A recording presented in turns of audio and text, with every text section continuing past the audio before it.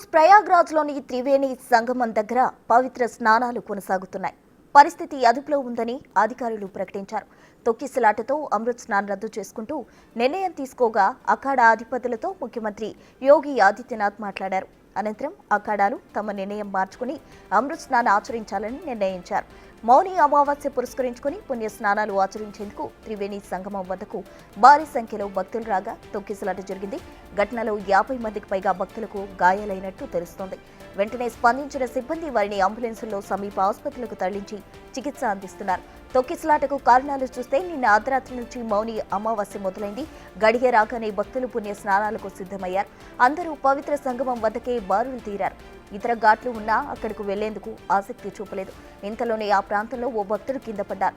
దాంతో తొక్కిసలాట మొదలైందని అధికారులు చెబుతున్నారు.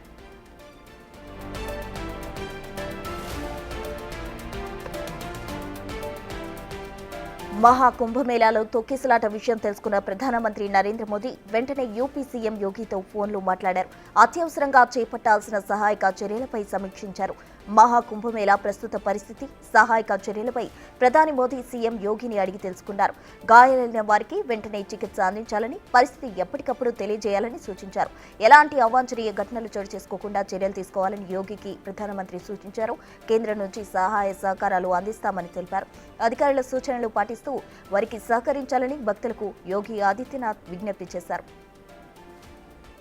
लोगों की प्रातःकाल से ही श्रद्धालुजन जो भी आए हैं वे स्नान कर सकें, इसके लिए यहाँ पे उच्च स्तरीय बैठक भी चल रही है, जिसमें मुख्य सचिव भी हैं, डीजीपी हैं, प्रमुख सचिव गृह हैं, मुख्यमंत्री कार्यालय के अपर मुख्य सचिव के साथ साथ एडीजी लॉ एंड ऑर्डर के साथ साथ अन्य वरिष्ठ अधिकारीगण मौजूद हैं।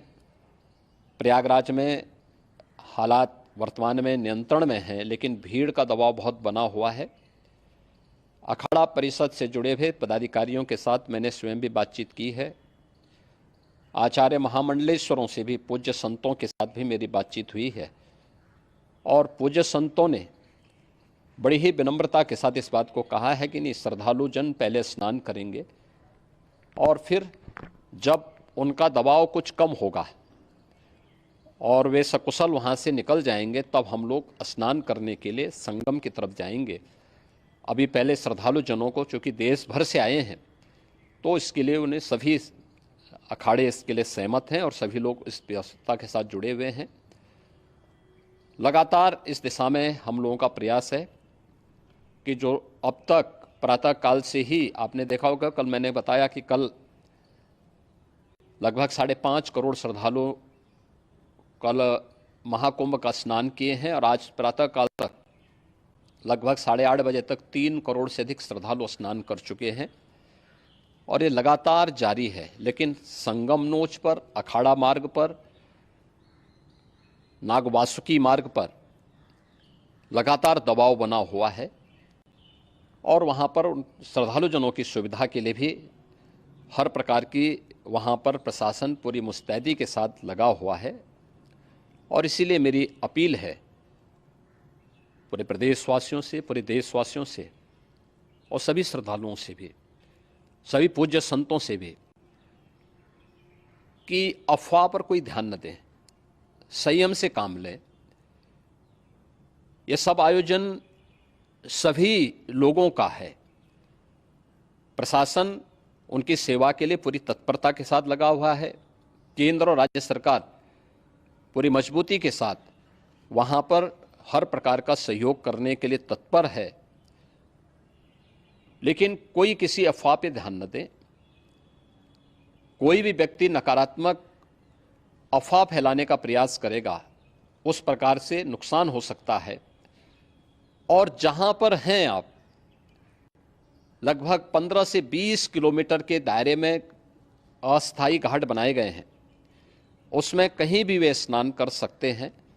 आवश्यक नहीं कि संगम नोच की तरफ ही आएं, क्योंकि भीड़ देखते हुए, खासतौर पर जो बुजुर्ग हैं, बच्चे हैं, श्वास के रोगी हैं, उनको लंबी दूरी तय नहीं करनी चाहिए और जहाँ पर हैं वहीं पर आराम से पहले स्थिर होकर के कार्य करें, वहाँ पर रह करके, और जो नज़दीक के घाट हैं उसी नज़दीक के घाट में स्नान करेंगे। सब गंगा जी के ही घाट हैं और गंगा जी के इस घाट में वही पुण्य प्राप्त होगा। ये मौनी अमावस्या है, मौनी अमावस्या में स्नान का महत्व है। संगम में स्नान का दबाव बहुत ज़्यादा है, इसलिए सभी लोग अगर वहाँ पे इसमें अपना सहयोग करेंगे तो सकुशल हम सभी श्रद्धालु जनों को वहाँ पर स्नान करने में सफल होंगे और फिर इसके उपरांत अमृत स्नान के लिए पूज्य संतों से भी, अखाड़ों से भी हम लोग अनुरोध करेंगे। जो घायल हैं, गंभीर रूप से घायल हैं, उनके उपचार की तत्परता के साथ व्यवस्था भी की गई है। उन सबके सकुशल स्वस्थ होने की भी हम कामना करते हैं और न किसी अफवाह पर विश्वास करें।